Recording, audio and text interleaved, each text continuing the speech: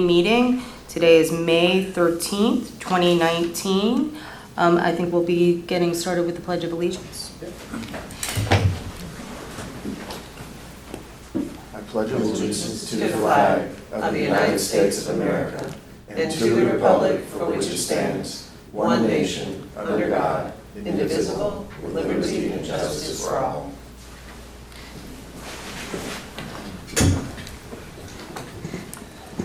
Before we get started on the election of chair and vice chair, do we want to take a roll call? I don't know if we typically want to take a roll call prior to moving forward. So that we have for the record the members here who are here. Go ahead and get started with Commissioner Oberman, please. Here? Yeah, just if you could just say your name and. Sure. John Melendez. Pat Kemp here. Marvin Knight. Thank you. The next item on the agenda is the election of the chair and vice chair. For the election of the chair, if I could call for nominations.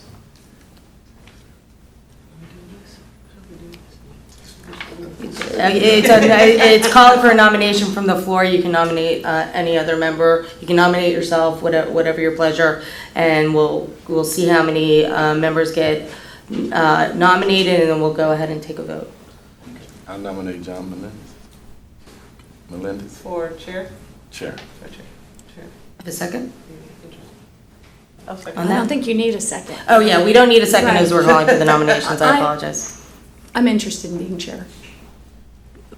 All right, so are there any other nominees for chair?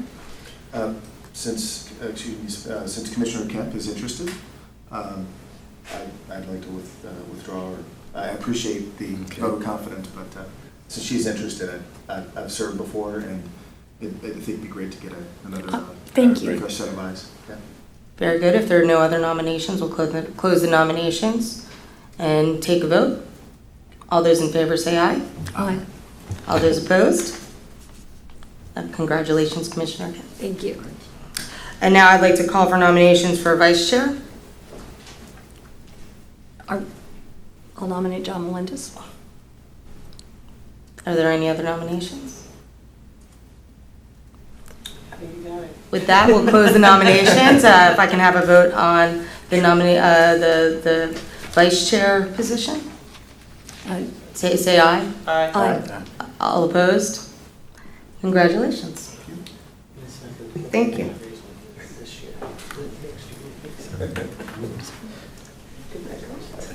Yes, we need to do this.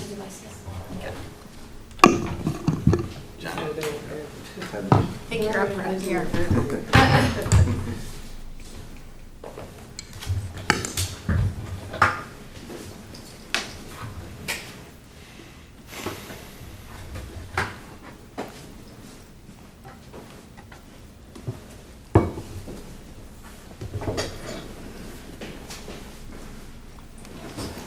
So I guess we need to approve the minutes. Do we have a motion? I move. Just a second. Second. Okay, we have a motion and a second to approve the minutes. All those in favor? Aye. Public comment, 3 minutes per speaker. Do we have anyone in public comment? I don't have any forms, which I guess I would have. Seeing no public comment, we'll move on to the CEO report. Certainly, thank you, Chair, members of the committee. I have 2 items, starting with the federal level.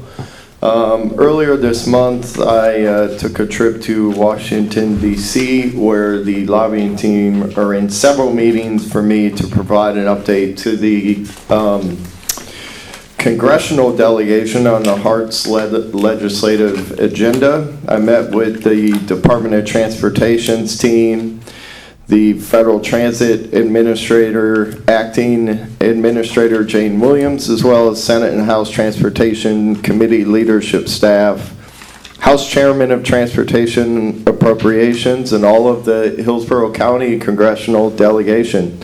These meetings were very timely, given the conversations between the White House and the Democratic leadership on a proposed infrastructure package. It actually happened the day before my arrival, so it was incredibly timely. We talked a lot We talked a lot about work underway to reauthorize the FAST Act, which of course expires next fall in 2020, and then HART's upcoming FTA grant submission for the low and no emission vehicle grant program.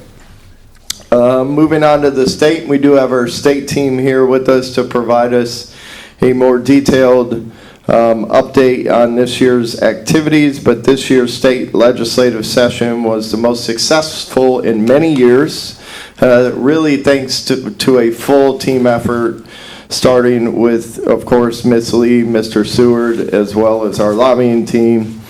This collaborative effort resulted in numerous wins for HART, and one in particular for other agencies in the state of Florida.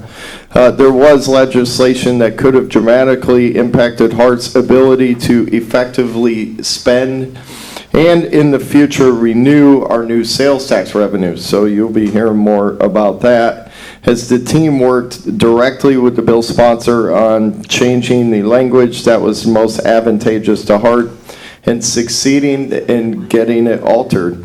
The team also worked very aggressively to get bill sponsors in both the House and Senate for our top 2 priority projects, which of course are the stormwater improvement projects at 21st, as well as the intelligent transportation system upgrade throughout our system.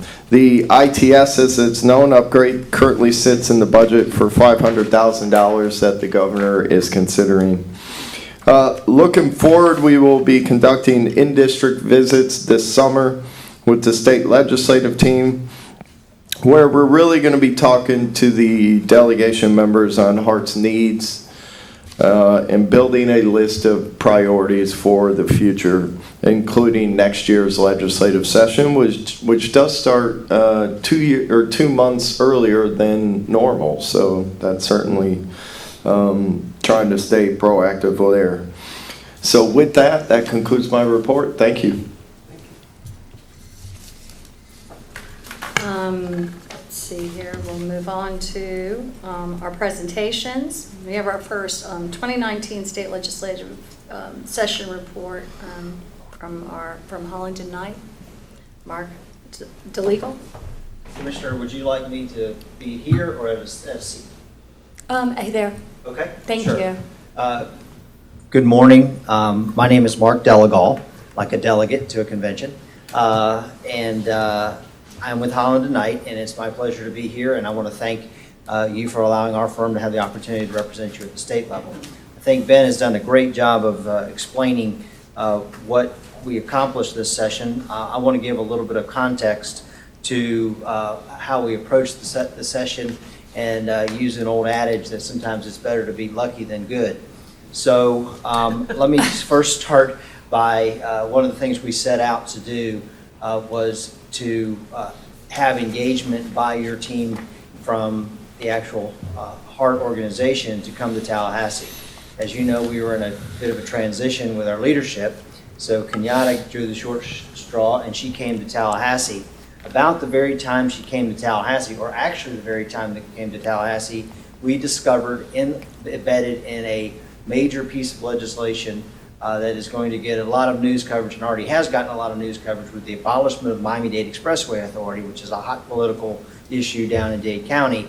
Embedded in that was a provision that said that every penny of surtax revenue must be spent only on capital, not a penny on operations. And as you know, as I learned from Kenyatta, about 70% of the monies to run a transit system, public transit system, is operational, and we could buy all the buses in the world, but we would not have been permitted to gas them, to service them, to hire staff to drive them, to fix them when they are broken, et cetera, et cetera.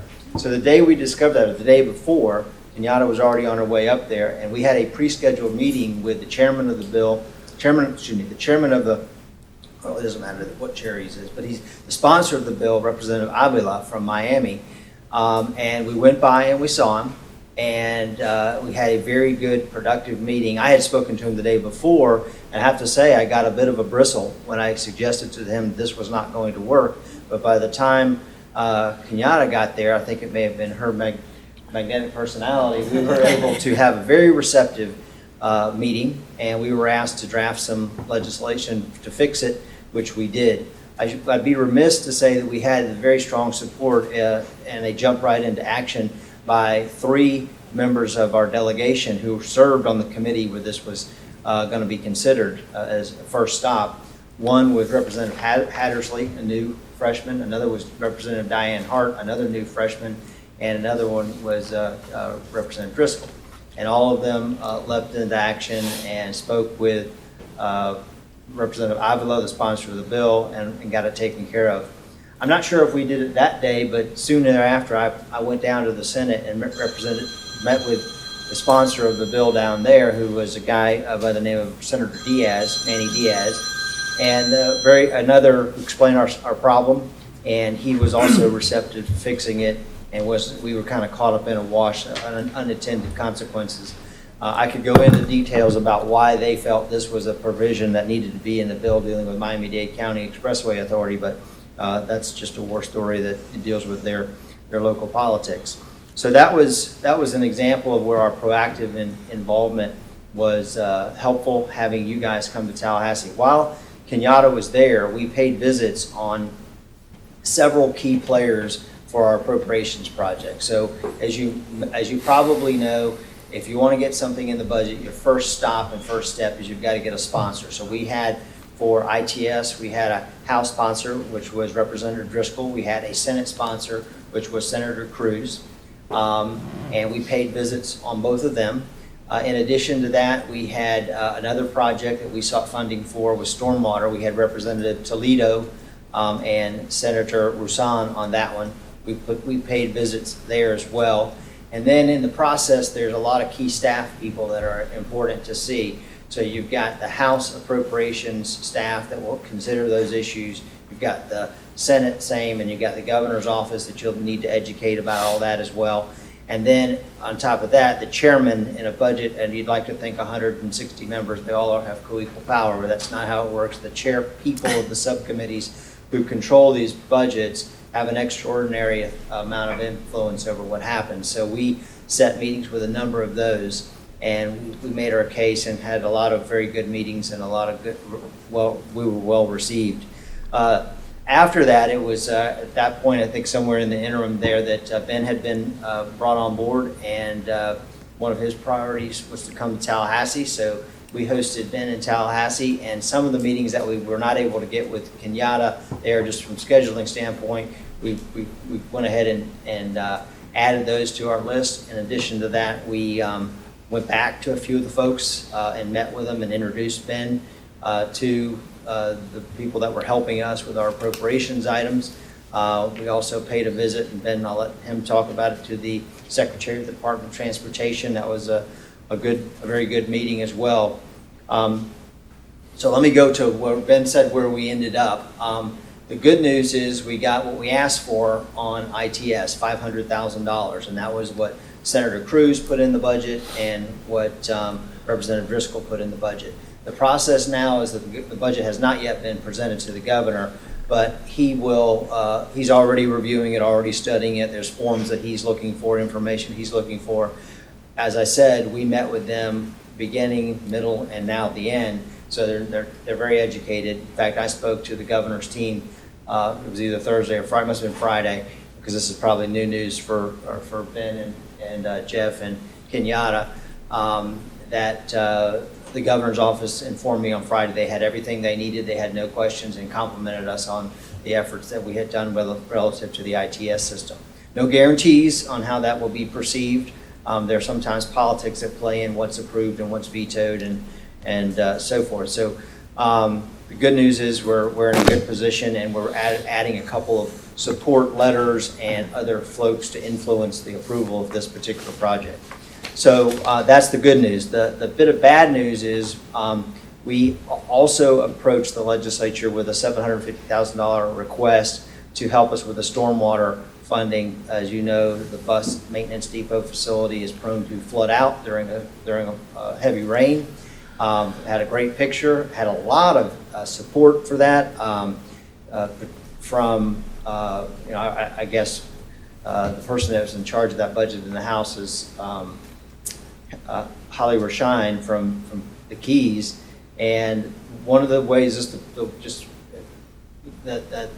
it's called a water project. And one of the ways the water projects are done is one of the last things to happen. So if you were following the budget process very carefully, the big chairs, meaning the chair of the Senate Appropriations Committee and the House Appropriations Committee, meet their last meeting, and at that point, the water list is released. And I have to say, we were surprised we didn't make the water list. We had a Republican sponsor in the House with Toledo. We had a very strong relationship, connectivity between her and Holly Rashine, and then down in the Senate side, Rasan was pushing, and we originally had $200,000 in the Senate budget, and at the end of the day, we ended up not getting any funding for that, so that was a bit of a disappointment. We've got to retool and push back on that for next year. As Ben mentioned, the session, and it's the new norm now, because by constitutional amendment in, I guess, what we'll say even number years, the session will now always be January and February, because of one of the amendments that passed. For those of us who've done this for a while, it's a new thing, but it's now the norm. So that we're going to jump right on that this summer and survey and work with your staff and each one of you. Tell us what are our priorities relative to the funding, and also any kind of policy initiatives that we need to be mindful of. And those are the major highlights. I put a little more color to it than Ben did. If you'd like to ask any questions or have any comments or have any guidance now, I'll close by saying this. Ben touched on it, but one of the things I really want to work on, you have some excellent new local members here from Hillsborough County in the legislature. Part of a successful legislative program is to get those people, I know it sounds a bit silly and trite, but get them to come see and feel and touch. Picture's worth 1,000 years, seeing what you're doing. And I want to encourage us to do that. I know Ben and Jeff and Kenyatta, we've all talked about it, so we're going to make that happen. But that'll be good to get them enthusiastic about what you all are doing at HART and so forth. So with that. Thank you for that report. That's good advice. Do we have questions? No, I just want to make a comment or two. Thank you very much for your report. I got a chance to actually meet with every single person you met when I went up twice this year, in addition to meeting with Senator Lee. And having the armature with you is hugely impactful. And you're right about our new delegation. I ran alongside all of them. Yeah. And so they're tireless warriors, and they're very, very aware of how critically important HART is to the economy of Hillsborough County, and how we grow going forward. So I look forward to working with you and learning as much as I can. But also I'll be visiting with all of the delegation as well. So having this information is really helpful because it gives us the ability to have conversations on an ongoing basis to be best prepared for the next session. So thank you. Thank you. Director Melendez. Thank you, Ms. Chair. Thank you, sir, for a great presentation and a great job up there, and staff as well. And it sounds like you helped us dodge a bullet there, with that little provision. Yes. Yeah, that could have been problematic. One, and it definitely, I look forward to, it's a great to serve on this committee, and look forward to, Commissioner Oberman. I know you're passionate about the legislative piece, and I think that we really have an opportunity with this body here and your guidance and consultation to really get ahead of the next session. It's being pushed up 2 months. One idea that I have, perhaps, because it looks like there are two main things that we're looking for, when we're coming into this, is possible risk in policy risk or opportunities that may hinder us or help us, and then just straight funding. And I'm wondering if would it be possible almost to kind of have like a rolling snapshot, like a bullet list of hot items, things that maybe someone tried to get past this time that would have impacted us, but they didn't, and we know it's coming back, or things that, opportunities that might be able to be put into a bill, almost like a running tally of like a situational awareness, what's hot, that might not be a bad idea. I know in years past, boy, we were so focused on certain items that where third parties were coming in trying to affect HART in different ways. We now have the opportunity to we have clearer air, and we can kind of operate a little more clearly. So, and then the other list would be funding opportunities. So kind of like 2 bullet lists ongoing as we meet. Just to keep it simple. So. I think that'll help us understand, and have an awareness of what's going on. So thank you, appreciate it. I'll work with staff, and we'll put something together that will be useful. Thank you very much. I just a couple of comments. It was very interesting to hear that in the state of Florida, that water is the last thing that the water projects is the last thing that they released information about. That was very enlightening. It tells us something. And I think it's stunning, shocking, appalling, whatever I can say about any attempt to have written in there, and this goes to your point, a 100% capital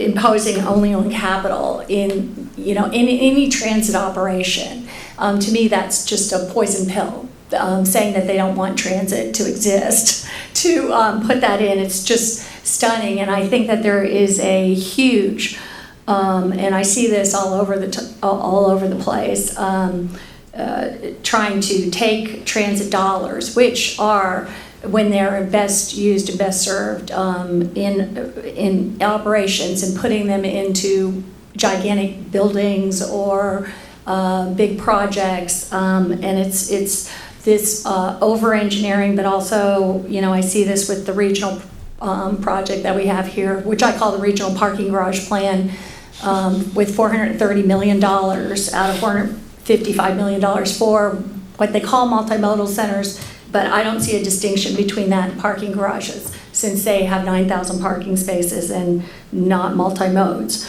But at any rate, I just see that as a huge threat in the future, anything that would go in that direction, because that is an anti-transit direction, an anti-service direction in my estimation of how you would possibly use funds. So certainly to be aware, and that good catch.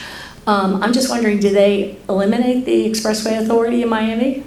Yeah, so here's what they did. The legislation has yet to be presented to the governor, but what it does is the day the governor signs it, MDX is out, and what they created was a new thing, GMX, Greater Miami Expressway Authority.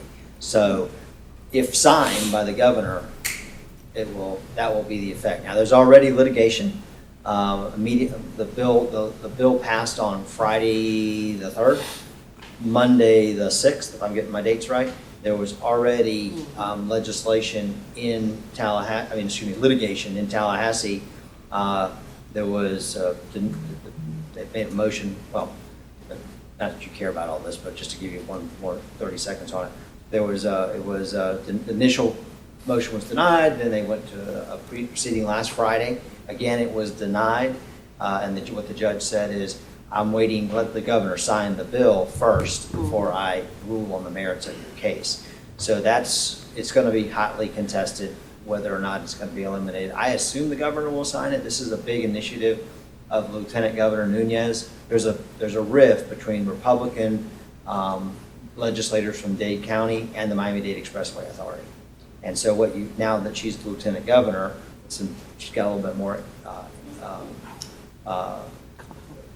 authority or what have you to have an opinion, and so this is something she's promoted. So I suspect the governor will sign the bill. So that's what you got going on. The rest of the state, and very much us, tend to get thrown in and twisted around by whatever it is that is Miami's big project, and we get, everybody else gets a footnote. So we just really have to watch what goes on in Miami, because we'll get thrown in there. The same thing happened with the MPO legislation, and we were They did some things that they were looking at for Miami, but would have very much affected us had that happened also.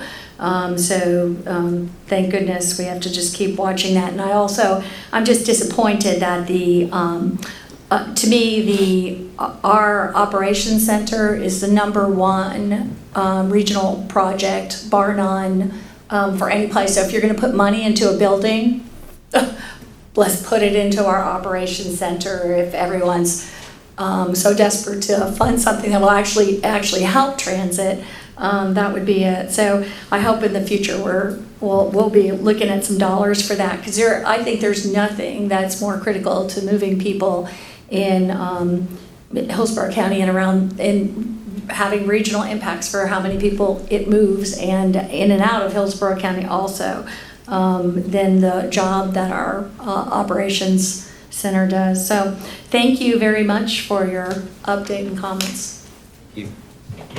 Thank you. And next we have the Envision Tampa Streetcar Project Development Update. Stephen Schwarzcraft. Shoecraft. Sorry, excuse me. Good afternoon, Steve Shoecraft with HDR. I'm the project manager on the Tampa Streetcar Extension and Modernization Study for the City of Tampa. This is designed as a very quick presentation on where we stand with the project now and where we're headed over the next several months. And what I'll do is try to flip through that quickly so we can focus on answering any questions if you want to drill down into any details. So as you know, that this project kicked off about 2 years ago now to look at potential extensions and modernization of the streetcar system. We went through a very careful public engagement process and study process to look at different corridors, to figure out ways to have the streetcar systems better serve the needs of downtown and downtown surrounding neighborhoods. So we've looked at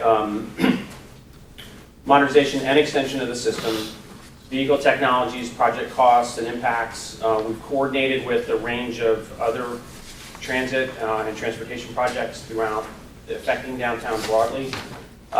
We've looked at the potential for future extensions to the system, but this project itself doesn't include planning for extensions beyond what we show as our extension as this phase of the project. And again, we've had a significant round of public engagement. So this is a study that's been sponsored by DOT with significant dollars to the project through the city with city money to support the effort. We've been working closely with HART through the entire study to stay close with the operator and partner. And we're the lead consultant on the project, but we've got a team of specialists supporting us in the effort. One of the things that's happened over the last couple of years is that a lot of projects in downtown have become in much sharper focus. We've seen, the first wave of construction for Water Street, and that wasn't named when we started the project. So it was still a great idea, but no one was turning dirt yet on that project. We've seen the Tampa Heights and the success of Armature Works draw people to the north end of downtown. We've seen continuous incremental improvements in Ybor City. So we've seen population employment uptick significantly, kind of quietly, but significantly. So we've been tracking that. And what this does is it feeds into our ridership estimates. So we've been holding back in updating our ridership estimates for the project because the region's long-range transportation plan is going to have new population and employment numbers in the regional model. And we have to use that model and those numbers when we go to FTA with the ridership. So we're starting that process now using the new socioeconomic data in the model, which will be a really powerful story when we get to FTA and talk about ridership potential. We've also got the history of expanded service to build on. So now we've got triple the ridership on a monthly basis over a consistent period of time on the existing system, which helps our story too as we go into the ridership estimating process. The most recent public engagement exercise we had was a large public workshop to talk about the extension guideway. So exactly how streetcar would operate on the extension alignment from Whiting Street to Palm Avenue. So we looked carefully segment by segment of the Florida and Tampa corridors to figure out the optimal guideway location. So whether that's shared lane, exclusive lane, what side of the street, where the stops would go. We did that exercise and then have developed a recommendation which we're carrying into the next phase of the project. We've had good turnout in the public engagement process so far. We've had 5 large-scale workshops. We've had I don't know the number, dozens upon dozens of smaller scale workshops and community meetings and briefings on the project. And then really what we get is people, broad support for the project. If anything, the disappointment people have is it's not going further and it's not going faster, that we're not delivering service quicker. We're getting to the point where now that we've drawn the lines on the map precisely about where it goes, more concerned about localized impacts. So we've been working through that with property owners along the corridor, and that'll be a continuing process as we move forward. So where we are with the preferred alternative is we've made significant decisions about vehicle technology, about the alignment in the Guideway, about stop locations and design concepts, and about the modernization investments required. So on the vehicle technology front, we've done an analysis of what the cost and benefits and trade-offs are of the different vehicle technologies, running the replica streetcar, running premium bus, replacing the system with a premium bus service on an exclusive Guideway, and running modern streetcar vehicles. And that resulted in the selection of the modern streetcar as the best project. It takes advantage of the investment in the existing system. We can use that rail, we can use that overhead power with relatively minor adjustments to run a modern vehicle, and we can run the extension. And one of the primary benefits, there's economic development benefits, there's accessibility benefits, and there's also capacity benefits to running the modern vehicles. We can push more people through the system, especially in an exclusive Guideway, more efficiently with that larger vehicle than we could with the replica vehicle. And the upgrades to the existing system to run modern bus were going to be, that was going to start to balance the cost. The rubber tire is still the least expensive option, but it doesn't have all the advantages of the modern streetcar vehicle. So the alignment in Guideway, we've gone through a series of iterations and thinking about the best sort of service to provide. So we have a purpose and need statement, and we've developed service objectives, and that's really this first bulleted list. That's a one-seat trip from end to end, that you're not changing vehicles somewhere along that line. So there wasn't really an idea about maintaining the replica vehicles, changing to a modern vehicle and running further. So we don't think that makes sense. You're maintaining two fleets, you're penalizing the long haul trip. We focused on the high capacity vehicles, full day frequent service. So we're planning all our costs and concepts of operations around a 10-minute headway during the full course of the day and 15 minutes off peak. Quality stops with level boarding. So again, making it a much more accessible service. And designing the system for use with other transit vehicles. So one of the bigger ideas with the Guideway is that Guideway, you can run a local bus or an autonomous vehicle in the future, or a BRT-like vehicle or a scale of vehicle on the same Guideway using the same stops. And I'll explain that a little bit more in a minute. And then as we've looked at the options, we're trying to minimize impacts that affect the quality of the transit trip, but also impacts that affect the quality of vehicle trips and pedestrian trips around the system. So one of the focuses is to maximize the amount of exclusive transit lane or exclusive Guideway service. So the image on the left is that if you imagine this to be Florida Avenue looking north, the streetcar can run against the left side curb lane. In the curb lane on the left side curb, there can be parking outboard of that, and that parking could be swapped out with stations when we need stop locations. So if you think about how the Jackson Street section looks now with the cycle track, the streetcar Guideway is virtually the same scale as that cycle track. So you have curb line, cycle track, or transit way, in our case, a raised barrier, and then parking or travel lanes. And that's basically what we're looking at, developing north on Florida until it gets narrow, and then south running from Tampa all the way from Palm back down. So this is these are intended to give you sort of the broad idea about how the Guideway shifts segment by segment. So as the right-of-way changes, we've got less real estate to work with as we move north on Florida, turn up Palm, and come back down on Tampa. And so on the right-hand side of the screen are the two sections that we're developing for Florida. So it runs on the left side. So let me slow down. It's always difficult to explain.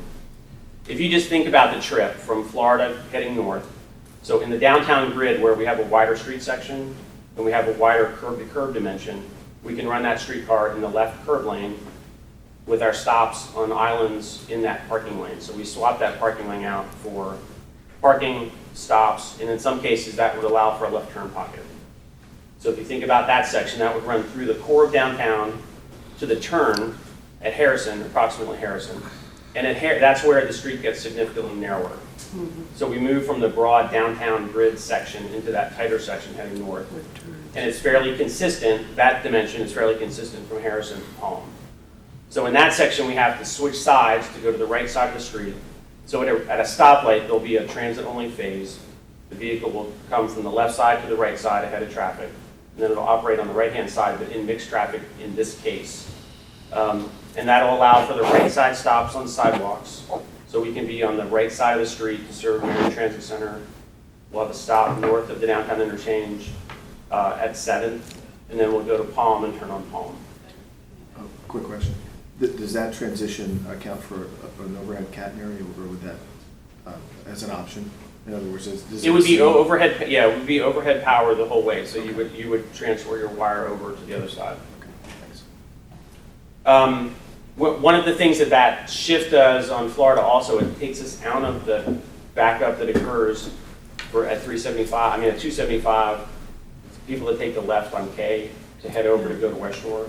That's the biggest backup on Florida. So we avoid that by staying on the right-hand side and get by that turning queue. At Palm, we would cross Palm in mixed traffic, then turn south and come into a guideway on Tampa, and then run down an exclusive guideway, that full stretch of Tampa, all the way back down to Jackson. So those sections, it's not as narrow as Florida, north of 275, or as the grid shifts, but we do have room for exclusive guideway service on Tampa, running on the, if you look, thinking south on Tampa, running on the left-hand side of the street with the same kind of section as on Florida. Running south, across the downtown interchange, again, we're on the opposite side of the street of that right turn movement that accesses 275 to go west to West Shore. We're on the opposite side of the street of that Ashley-Tampa spur, which the city and DOT are talking about changing, but we're sort of clear of that. We're not influencing or impacting the off-ramps for the interchanges in any location. Then we run south to Kennedy. At Kennedy, if you think about, one of the most congested intersections downtown is at Tampa and Jackson. And Jackson backs up, there's a dual left turn. We need to be out away from that inside left turn lane, so we're back out in mixed traffic. For those couple blocks, we would be south of Jackson. We're in the travel lane that's outside of the Hilton Newport Cush air condition. So we need to steer clear of that. And then that puts us in a position to turn on Whiting in the middle lane and then connect back with the system at the Whiting stop. So that's a long talk through of the routes. We should pause there if you have any questions. Yeah. I have a question. From the connection from the Ybor spur to where this existing stop location button is, is there a need to transfer to the train, or is it going to be seamless from the Ybor branch versus the north branch? The notion is that that's one full trip. Okay. Those vehicles just circulate from end to end. There's not a sort of a central point or a break point. So it'll be able to make those turns through Yes, that oh, area? yeah. Okay. Yeah, that's when I talk about modernization, I'll talk about that. We do have to smooth out some of the turns on the existing system. Okay, all right. And there's a double line at 7th. There's two stops and there's a double line there. That was the legacy of the graphic. That hasn't advanced into the preferred alternative. So there was some talk about actually turning it at 7th and coming back down Instead of on instead of Palm? going up to Palm. Oh, okay. And the Palm gets you closer to the social service agencies and other uses that are north of there, and that accessibility we think is important. Okay. So we've held Palm as the northern limit. Okay, all right, thank you. Are there other, I'm sorry, you keep going, okay, thank you. No, that's okay. Did you have a question? I'm sorry. No, I'd Okay. rather wait till the end. Okay. The stop locations, we've looked at them as similar spacing to the more developed sections of the existing line. So the stops are spaced to provide about no more than a quarter-mile walking distance of anyone along the line. So it's the accessibility to these stops has really been driven by providing access to all of that core of downtown, and not really favoring one locations over another. There's a little break at the downtown interchange, but that's more about the logical locations where we have opportunities for stops. The stop condition that we're talking about is a raised platform stop that allows for level boarding to the vehicles. The footprint of the stop is no greater than the existing footprint of the streetcar station, so we're not talking about a really elaborate or dramatic difference in scale or look and feel of those stops. We're talking about a similar set of improvements on the extension as on the existing system. So shelter, if there's fares, and that's a discussion that we'll move into as we advance the project further, but fare vending equipment, so you would purchase your ticket before you board, you wouldn't have that delay in paying as you get on the vehicle. And then benches and other amenities. So this is the sort of scale of the stop, and you can see that we're not talking about a really dramatic impact on conditions along the corridors. This shows, if you think about this as looking north on Florida Avenue, this would be that left side service with the right side stop. And again, that right side stop is designed to allow other kinds of conventional or future transit vehicles to run in the same guideway. So it would have a high platform section for the streetcar, a lower platform section for other vehicle types, and it's of a scale that you could run an autonomous transit vehicle, a regular local bus, or a BRT bus in that same corridor. So the idea broadly is that the north-south BRT running on Tampa in Florida could come down and jump into this guideway and share the guideway with a streetcar for a portion of that route. And that's still a lot of decisions to be made about how north-south BRT could work, but we're allowing for that possibility in the future. The modernization improvements, all the new modern vehicles that are Buy America compliant on the market now require a larger turning radius than exists for the replica vehicles, so we have to smooth out some of the tight turns. So they're highlighted on this map in the dashed circles at Old Water Street and Channel Side, at the roundabout by the aquarium, at the crossing of CSX, it's a little tight coming into it. In the yard here, we would have to do significant track work to allow for the larger vehicles and to store those larger vehicles, and then the turn at 8th is also a little tight. Quick question. Are there any right-of-way impacts, or is this all, are the turns to accommodate the modern vehicles all accommodated within?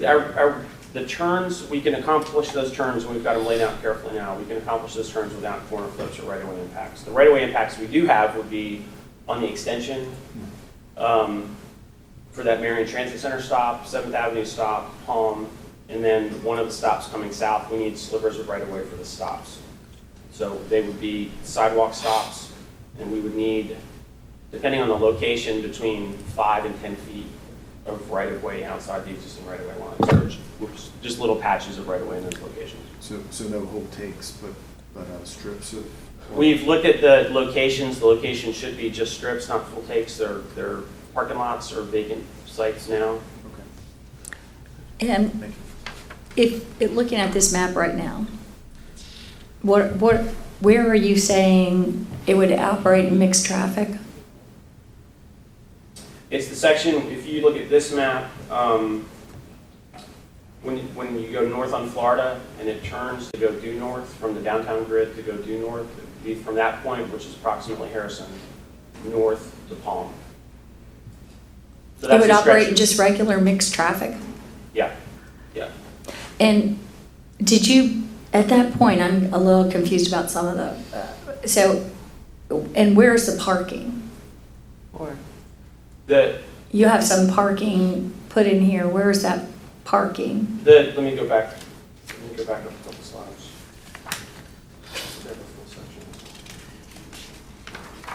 I don't mean where in the street, but where along this route? Alignment. There would be in those areas with the downtown grid, we would keep parking on one side of the street. It would either be up against the guideway, so the barrier next to the guideway, there'd be parking outside of that, or we could have parking on the other side of the street. So there'd be parking on one side of the street.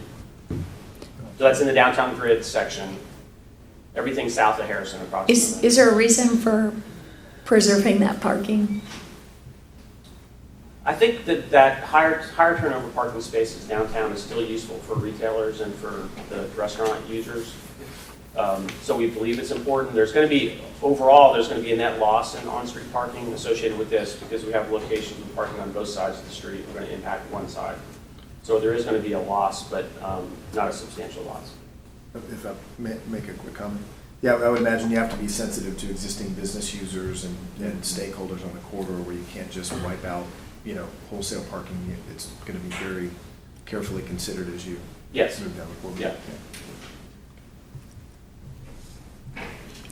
I'm finished. Just, you can keep moving on.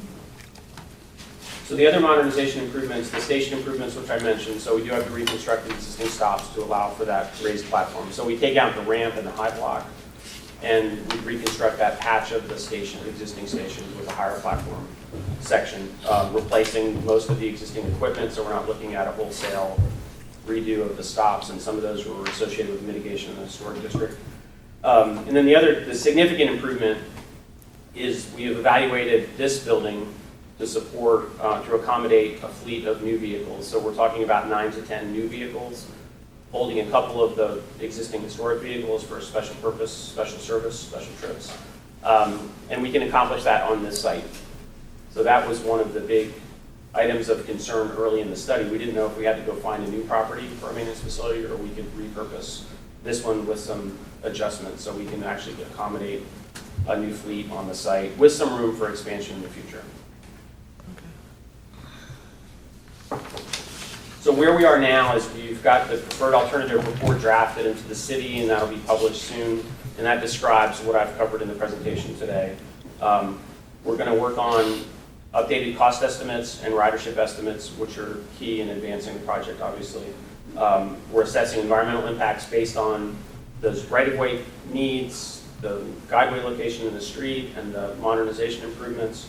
And we've been starting discussions on funding and implementation with the city and HART about how to advance the project.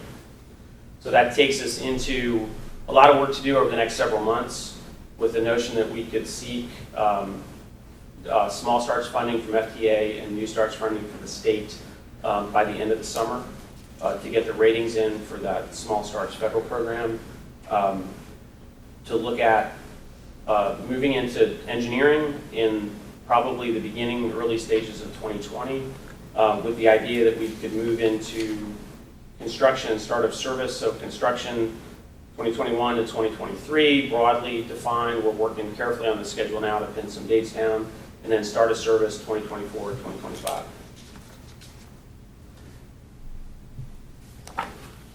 That's all. Oh, you're not doing the ridership, the next screens? Oh, I'm sorry, there was some hidden slides for the presentation's sake. The ridership, we've been using the ridership slides in the presentations. I didn't update that slide, but we're running about 3 times ridership based on the expanded hours of service and the free service, which has been steady so far with significant upticks on the weekend. I can't remember that you guys are getting pushed, you're having to deny service through the course of the day on Saturdays and Sundays with full vehicles? We were on Saturdays and Sundays until we added the. So you added 15?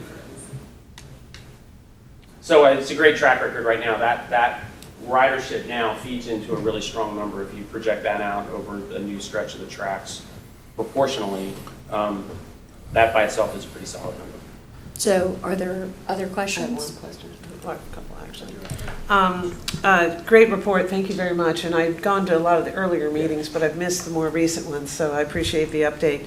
Well, on this particular technology, what's basically the average speed of a system similar to this from, say, point to point? Or That's a great question. We're getting into that now with the concept of operations because that speed drives the number of vehicles that we need to provide a 10-minute headway service. So right now we're looking at the speed on the existing line. I'm not going to get my numbers right. Stops. There are 30. The vehicles can go 30, but from end to end, the average speed is between 7 and 8 miles an hour because of stops and dwell time at the end of the system and at lights. So our biggest challenge with the extension is the signal system, and the city's going through their ATMS upgrade program now. So that'll allow for transit signal priority along the corridor. So we would expect similar or better average travel, full system average travel speeds along the extension. But one of our goals now is to be conservative about that, because we don't want to be overly optimistic about speed, because then we'll have fewer vehicles than we may need. So we're looking at a design speed now from end to end of 7 to 8 miles an hour, similar to what's happening now. Okay. And the technology moving to a more modern streetcar, does that also facilitate being able to, for example, bike loading? We Oh, have, absolutely. yeah, as long as bikes and wheelchairs can actually approach, that's a good thing. Yeah, in the early stages of the design effort, so this would be starting end of this year, early next year, the vehicle procurement process focuses in on configurations. So you can have significant open area for bikes as part of the vehicle procurement discussion.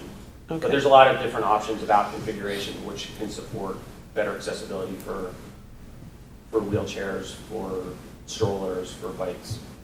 Okay, and then the fare purchasing system, are we in the process of unifying our fare from bus to trolley to ferry or anything else that we end up having as part of our system? Yeah, as part of the effort related to the Flamingo project, we'll be looking at a fully regional integrated fare model and platform, so more to I remember come. hearing about that some time ago, but I hadn't heard it recently, so I was wondering. Okay, great, thank you very much for your help. I've got a bunch, but Okay, I just have a quick one. Thanks again. Just I guess a quick, more of a, yeah, I guess I'd call this a question. As far as the process goes, and you're going to have the ridership numbers later this year, I think as far as one of my concerns is when I received a presentation on this a while back. I'm going back years, a couple years ago. There's significant cost differences between a modernization of the streetcar system versus kind of sticking with what we have or extending what we have. That's kind of obvious. But now we have new funding sources, right? So I understand it's a different day. I think one of my big concerns is just making sure that as you move forward, that the ridership numbers and the, I guess we'll call it the reality of the subsidy level is a clear picture for us, because it the way that I look at this is it's kind of like you're a friend of yours buying you a Bugatti or Just take care of it. right, yeah, you have to take care of it. So we have DOT funding this, the city, and very, again, not to put a wet towel on it, but very grateful that this funding and the studies being done. But whatever is determined to be the option, I guess, what do you see so far, or what are your expectations as far as how will we be able to evaluate what the operating, cost will be, and what that picture looks like based upon ridership, revenue, and then, and kind of what the subsidy picture looks like. Right. So because we know it will be subsidized, right? We know it's not going to be a money maker Right. per se, right? Currently, with the concept of operations, the draft, and it is a draft form, we sent it to the city just last Friday. I think the annual operating costs, making the assumptions we had about speed and headways, was about $7 million. So what we would be looking at with that $7 million is when we do the ridership, there's some sensitivity in the ridership estimates to costs. So when you tack on different levels of fare, your ridership in the model, the way the model is structured, the model is sensitive to those cost inputs. So we would have a sense of how the different fares would impact ridership to test that. And then we also need to look at what our potential, our primary standing income source is the assessment district. And so if we expand the assessment district and possibly increase that, and that's one of the other factors in thinking about where from the income side, how it's supported, we need to look at what that potential is. Okay. Just an obvious question, how does the new surtax play into this from an operating cost standpoint? Is it, is there a, pardon me for pointing out that, but is that a factor? Are we It relying? would be available to support operations. Okay. To what extent is subject to further discussion, but it would be available. Okay, so it could be a combination of the new funding plus, you said, perhaps the assessment district and an expansion, or perhaps a The potential of the expansion. assessment district, right? Okay, Yeah. thank you. Also, there is potential, we're just about to get the 6-cent sales tax, which can be used for transit, and which is used transit, especially under tourist circumstances, and I think that this would well qualify for at Qualify least for that. partial in terms of that for certain, although that, I guess that's gonna be like $6 million a year. And not all of it would even go to transit, or not necessarily this transit, but still, looking at that. So I'm glad to have the operating costs. I was wondering about that myself. I'm always looking at that. And I'm really pleased to hear, because one of the, biggest, in terms of, people talk about the speed all the time, but the speed is really a function of more, not what the vehicle can go, but more the number of stops, the turns, the stopping for boarding, and the transit signal priority, which apparently has not been there for, all these years. So I'm pleased to hear that, so along the whole stop, that we're going to have signal transit priority. With the new ATMS system, it'll cover the footprint for the extension, so that would be, an easy, it's a very simple coding question, is how aggressive you want to be with that signal priority. So, and how many vehicles do we have now, and how many passengers does each vehicle hold? There's 9 and 45. 40 is the seating. 40 seated. 9 with 40 seated? Yeah. And so we're looking at purchasing 9 to 10 new vehicles, and how much do they seat? How many people? It has a lot to do with the configuration, and there's different loading levels, but between 100 and 150. Wow. So we're 2.5 timesing it, or something like that. So, and really, from a cost standpoint, you've got one driver moving potentially. Or 3.5 times. 150 people, yeah, or one driver. Almost 4. Moving forward. Okay. And I've understood that our legacy streetcar has some issues in terms of high difficulty with operations costs, like in getting the parts and from the manufacturer being limited. And I have to defer to Brian on that one, but they've come a long way in the last year and a half in addressing those sorts of concerns. So their maintenance questions that were at the top of the list 4 or 5 years ago have been addressed. Okay, I think I got through, between all this, most of what I was curious about, and it'd be interesting to see. Oh, here's my final big question. How does it get across the CSX tracks if it's a steel wheel?